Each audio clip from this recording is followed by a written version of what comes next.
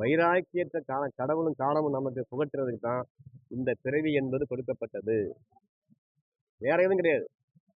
அனுபவிச்சதெல்லாம் பொய் தானே. அப்புறம் இதுக்கு மேல அனுபவிச்சதெல்லாம் உண்மையா இருக்குமா? எல்லாம் பொய் தானே. அப்போ அந்த பொய்யில இருந்து ஒரு உண்மை உனக்கு அவரு ஊட்டணும்னு ஆசைப்படுறாரு. பத்து அரு வைராக்கியத்தோடு வாடு. கொஞ்சம் கொஞ்சமா அந்த வைராக்கியத்தை ஏன் நடத்து. வைராக்கியம் என்பது ஒன்று வந்தால் மட்டும்தான் சிவபெருமானுக்கு நம்ம தகுதி உள்ளவங்களாக மாறுவோம். இப்ப நீ எதுக்கு காலையில வர்ற வைராக்கியம் கோயில்ல போய் தொண்டு செய்யற, சாயங்காலம் வந்து கோயில்ல வந்து உட்காந்துக்கிற, சரியா தப்பான்னு தெரியாது. ஆனா நோக்கம் பரவாயில்லை. என்ன சொல்றீங்க? பல பேரை பார்க்குறோம். தொழிலோ ஏதோ சரியில்லைன்னா கோயிலுக்கு வந்து உட்காந்துக்கிறாங்க. பரவாயில்லை. அந்த சலிப்பு தான் இந்த வைராக்கியத்தை கொண்டாந்து சேர்த்துருக்கோம். இது வரணும். எப்படி போனாலும் ஒரு 6 மணிக்கு மேல கோயிலுக்கு வரணுன்ற ஆசை இருக்கணும். இருந்தா தான் இந்த ஜென்மம் நம்மளை வந்து கொஞ்சம் பாஸ் மார்க் போடும். பரவாயில்லை இவன் இந்த ஜென்மத்துல தேறிட்டான், அடுத்து பார்க்கலாம்னு விட்டுரும். நம்ம ஒரே நேரம் நம்ம வந்து ஒன்றும் இளனார் மாதிரி பட்டத்தார் மாதிரி மாறணும்னு அவசியம் இல்லை, மாற முடியாது. ஆனா தகுதி உள்ளவன் என்ற பேர் நம்ம இப்போ வாங்கலாம் இல்லையா? அதுக்கு இந்த வைராக்கியம் நமக்கு வந்து துணை செய்யறது தான் இந்த செயல் அமைச்சிருக்காரு.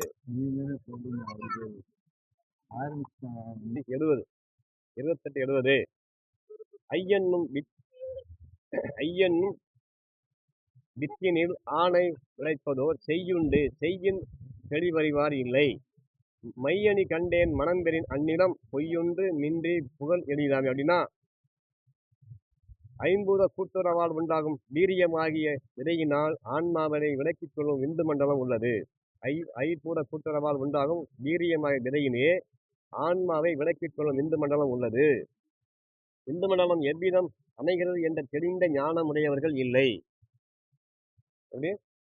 ஞானமுடையவர்கள் இல்லை. நீலகண்ட பெருமான் மனம் பதிந்தால் ஆன்மா விளங்கும் ஒளிமண்டலத்தை சந்தேகமின்றி எளிதாக அடையலாம்.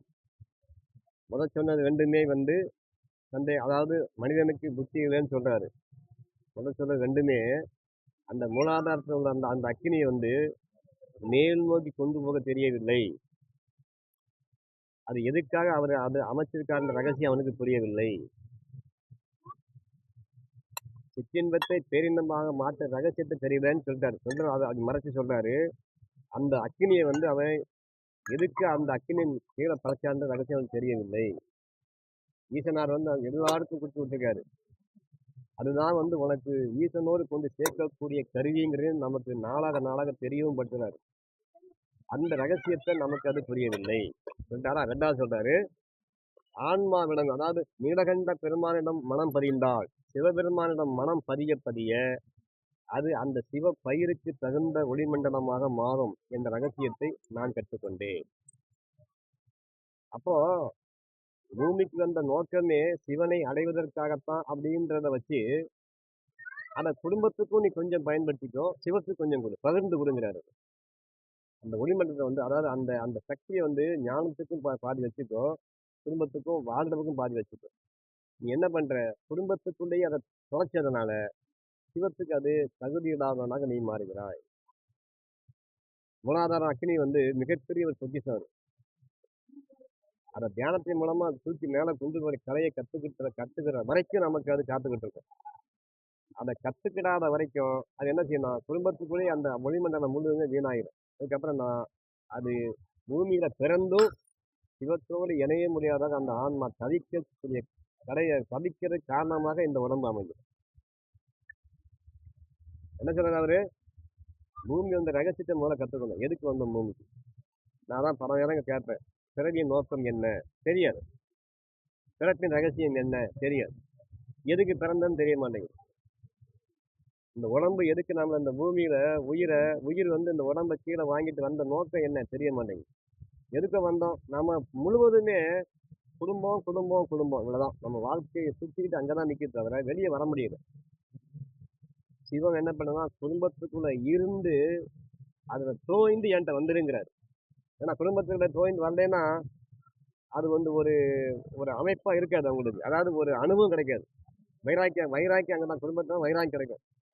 குடும்பம் என்பது வைராக்கியம் வருவதற்காக தான் கொடுக்கப்பட்டிருக்கு, வேற ஒன்றும் கிடையாது. குடும்பம் எதுக்கு இருக்கிறாங்க? குடும்பம் உயிருக்கு வைராக்கியம் வரணுங்கிறதான் குடும்பம் கொடுக்கும். ஏன்னா அங்க இன்ப துன்பங்கள் இருக்கும், இருந்தா தான் அது ஒரு அனுபவம் கிடைக்கும் அந்த உயிருக்கு. அனுபவம் தான் வைராக்கியத்தை உண்டு பண்ணும். இந்த வைராக்கியம் உடலுக்கு உயிருக்கு வந்தா தான் இது சிவனை நோக்கி இந்த பொய்யான உலகம் இது அப்படின்ற எண்ணம் வந்தா தான் இது சிவனை நோக்கி போகும். இவ்வளவு பெரிய பூமியை பொய்யாகுமா பொய்யாகுமா அப்படின்ற எண்ணம் வரணும். இது பொய்யின்னா இவ்வளவு காலம் நிக்குமா பூமி? அப்ப ஏதோ ஒரு ரகசிய பரிமாற்றம் நடந்துகிட்டு இருக்குது. நமக்கு அது புரியலையே அப்படின்னு நம்ம மனம் ஏங்கணும். மனம் வந்து ஏங்குனதாலதான் மாணிக்க வாசகர் அழுதுகிட்டே பாடினார். எப்படி எலும்பும் சதையும் உருகி பாடின பாடல் அத்தனையும் ஏங்குறாரு, அழுகுறாரு. என்னைய மட்டும் விட்டுட்டு போயிட்டியே, நீ வந்து கூப்பிடும் போது நான் உன் கூட வராம போனேன், உன்னை நான் சந்தேகப்பட்டேன், என்னைய மட்டும் விட்டு போயிட்டேன் பாரு. எல்லாரையும் கூப்பிடும் போது இவரும் நான் கூட போலாமான்னா இவரு அவரை சந்தேகப்படுறாரு, இவர் உண்மையிலேயே சிவமா இருக்குமான்ட்டு. அவர் கூட போனவங்க எல்லாம் மேல போயிட்டாங்க, இவர் சந்தேகப்பட்டு நின்ட்டாரு. அதுக்கப்புறம் உன்னை நான் இழந்துட்டேன்னு மயங்கி மயங்கி பாடுவார். அப்படி சிவனை அறிய தகுதி இல்லாதவர்களாக நீங்க மாறக்கூடாதுன்றதுக்காகத்தான் இவ்வளவு ரகசியங்களையும் ஆன்மீகம் நமக்கு சொல்லிக்கிட்டே இருக்கு. தன்னால வந்து சிவன் கூட்டு போக மாட்டாரு. நீ எத்தனை ஆயிரம் கும்பாபிஷேகங்கள் பண்ணாலும், சந்தனத்தை கொண்டு மலம் மாறி கொண்டு போய் அரைச்சி கொண்டு போய் சாத்தினாலும், மலையில உள்ள உயர்ந்த பூக்களை எல்லாம் கொண்டு போய் கொட்டினாலும் அதில் சிவத்துக்கு உடன்பாடு கிடையாது. அத்தனையுமே அவரால் படைக்கப்பட்டது இல்லையா? அத்தனையுமே இந்த பூமியில் உள்ள அத்தனையுமே ஐந்து பஞ்சபூதங்கள் என்ற ஒரு ஆடை வச்சு படைச்சது அவர் தான். அவர் படைச்ச பொருளை கொண்டு நீ அவர்கிட்ட கொடுத்துக்கிட்டு, ஐயா என்னப்பா நல்லா இருக்கான்னு கேட்டா நியாயமா அது? சூப்பரா இருக்கா, நான் அன்னைக்கு உங்களுக்கு நான் பஞ்சாமிரம் பண்ணேன், நான் இன்னைக்கு கும்பாபிஷேகம் பண்ணேன் அப்படின்னு சொன்னா நியாயமா அது? அதுல எல்லாம் சிவத்துக்கு உடன்பாடு கிடையாது. உன்னுடைய உயிரை எனக்கு கொண்டு வா, அதுக்கு தகுதி உள்ளதாக எனக்கு மாற்றி கொடு, எனக்கு அது போதும். அது கேட்கறது அதான், நெஞ்ச தாமரையில் நிற்க வேண்டும், அதான் கேட்கிறாரு. எப்படி அந்த உள்ள தாமரைக்குள்ள உட்கார வைடான்றாரு. அது மட்டும்தான், உள்ள மட்டும்தான் நம்மளால் அமைக்கப்படுவது. அது அது அது அதுதான் சிவத்துக்கு தேவை.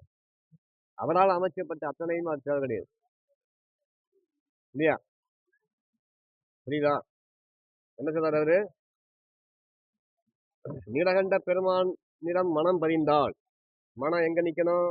சிவத்தோடு சிவத்துக்கு அடிமையாக மனம் மாறினால் ஆன்மா விளங்கும் ஒளிமண்டலத்தை சந்தேகம் இன்றி எளிதாக அடையலாம். முதல்ல வாழ்க்கையில வாழணும், நமக்கு நீதிப்படி அமைக்கப்பட்ட வாழ்க்கையில வாழணும். அதுக்கப்புறம் அதை சந்தோஷமாக அனுபவிக்கணும். அந்த சந்தோஷத்தை அனுபவிக்கிறதுக்கு நமக்கு கொஞ்சம் கொஞ்சமா வயது கொஞ்சம் கூடும், அனுபவம் கிடைக்கும். அதுக்கப்புறம் அங்கிருந்து ஒரு வெறுப்பு ஒன்று குடும்பத்துக்குள்ள உண்டாகணும். உண்டாகலைன்னா அது குடும்பம் கிடையாது, உண்டாகணும். நாங்க சந்தோஷமாவே வாழ்றோம் யாருமே சொல்ல முடியாது, பூமியில சொல்லவே முடியாது. ஏன்னா அப்படி சொல்லிட்டாங்கன்னா அவங்களுக்கு ஏதோ நோயின்னு அர்த்தம், மனசுக்குள்ள நோய். சந்தோஷம் பூமியில வாழக்கூடாது. கவலைகள் தொல்லை என்பது வந்துகிட்டே இருந்தாலும் அது வாழ்க்கை. அதை எப்படி அனுபவிக்கிறேங்கிறதான் காலம் ஒண்ணு கண்காணிப்பு. விலகிறியா இல்ல அதுல இன்னும் சமாளிக்கிறியா? எப்படி இந்த ரகசியத்தை கத்துக்கிட்டவங்களுக்கு சிவம் வந்து என் புள்ளன் பாரு. அவர் சொல்றாரு நீ என் புள்ளன்னு, நாம சொல்ல வேண்டியது என் புள்ள நீ. ஏன்னா பற்று அறுத்துட்டு என்கிட்ட வாழான்னு தான் நம்மளோட அனுப்பியிருக்காரு. முதல்ல பற்று, அப்புறம் அது வந்து கொஞ்சம் கொஞ்சமா வெளியே வந்துட்டேன்னு சொன்னா, எனக்கு தகுதி உள்ளனா நீ மாறினேன்னா பூமியில இருந்து ரகசியத்தை வெளியே ரகசியம் நான் சொல்றேன். அப்ப பூமியில இருந்து ஏன் மரணம் அடையக்கூடாது இந்த ஆன்மா வெளியேறணும். 2 சான்ஸ் இருக்கு பூமியில. சண்டை ஒண்ணுமே இல்லாம வந்தா நமக்கு மரணம் அடைஞ்சிடும். நமக்கு எதுவுமே மரணம் அடையணும்னா எதுவும் செய்ய வேண்டியது. நம்ம நல்லா சாப்பிடணும், நல்லா தூங்கணும், கொஞ்சம் கொஞ்சமா நோய் வரும், போய் சேர்ந்துடலாம். ஆனா மரணம் அடையக்கூடாது என்பது இந்த பூமியின் நியதி. அதை மனிதனுக்கு மதிக்க தெரியவில்லை. மரணம் என்பது எது? மறுபடியும் பிறவி. மறைவு என்றால் பிறவி இல்லை. பட்டினத்தாருக்கும் வளர்ந்தாருக்கும் பிறவி கிடையாது. இந்த தகுதி அவங்களுக்கு எங்கிருந்து வந்துச்சு? இங்கிருந்து கொடுக்கப்பட்டது. நமக்கு கண்ணுக்கு தெரிய 2 இருக்குது. அண்ட முழு எவ்வளவோ பேர் அந்த மாதிரி இருப்பாங்க, வெளியே தெரியாம இல்லையா? அப்போ இந்த தகுதியெல்லாம் நமக்கு பூமியில கிடைக்கிறதுக்கு சிவம் இந்த பூமியை அமைச்சிருக்குது. நமக்கு பொய்யான ஒரு பூமியை அமைச்சு அதுக்குள்ள இந்த உண்மையை வச்சுக்காரு, ரகசியம் வச்சிருக்காரு. இந்த நம்ம படிக்கிற பகுதி எது? சூனிய சம்பாசனை. சூனியம் என்றால் மறைந்து, சம்பாசனை என்றால் உரையாடுவது. அப்போ சூனிய சம்பாசனை என்ற இந்த பகுதியில் திருமூலர் சொல்றாரு, இந்த பொய் என்ற இந்த சூனியத்துக்கு, இந்த பொய் என்ற சம்பாசனைக்குள்ள சூனியமான ஒரு சிவம் ஒன்று இருக்கு, அதை கண்டுபிடின்றார் இல்லையா? எல்லாம் பொய் தானே பூமியில. இது எது தாங்கி நிக்குது சொல்லு? அழியக்கூடிய தானப்பா பூமி. இந்த அழியக்கூடிய பொருளை அழியாத ஒரு பொருள் தாங்கி நிக்குதா இல்லையா? நம்ம இந்த பூமி என்ன கீழே எதுவும் பெரிய பேரிங் போட்ட நின்றுகிட்டு இருக்குது? பெரிய பேரிங்க நின்றுகிட்டா இருக்குது. அந்த இடத்துல தொங்கிக்கிட்டு நிக்குது. எங்க நிக்குது? அந்த இடத்துல தொங்கிக்கிட்டு நிக்குது பூமி. யாராவது இதை நம்புவாங்களா? காரணம் என்ன? தத்துவம் அப்படின்னு பெரும் ஜோதி அருட்பெரும் ஜோதி.